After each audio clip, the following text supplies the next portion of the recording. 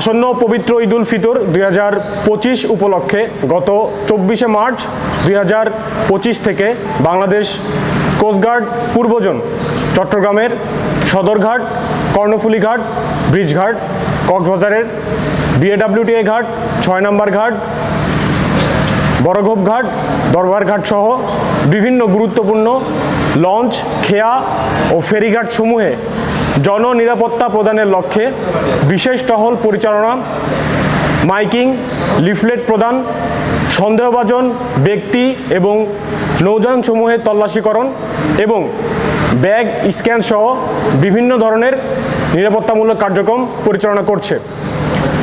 দুষ্কৃতিকারীরা যেন আসন্ন ঈদে কোনো ধরনের নাশকতামূলক কর্মকাণ্ড পরিচালনা করতে না পারে, সেজন্য সদা তৎপর রয়েছে বাংলাদেশ কোস্টগার্ডের প্রতিটি সদস্য, যার মাধ্যমে নৌপথে আমাদের চলাচল নিরাপদ থাকবে বলে আশা করা যায়।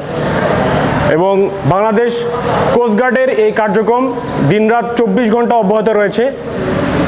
ঈদ উল ফিতর পরবর্তী সময়ে যাত্রীদের নিরাপত্তার স্বার্থে এই কার্যক্রম চলমান থাকবে। ধন্যবাদ।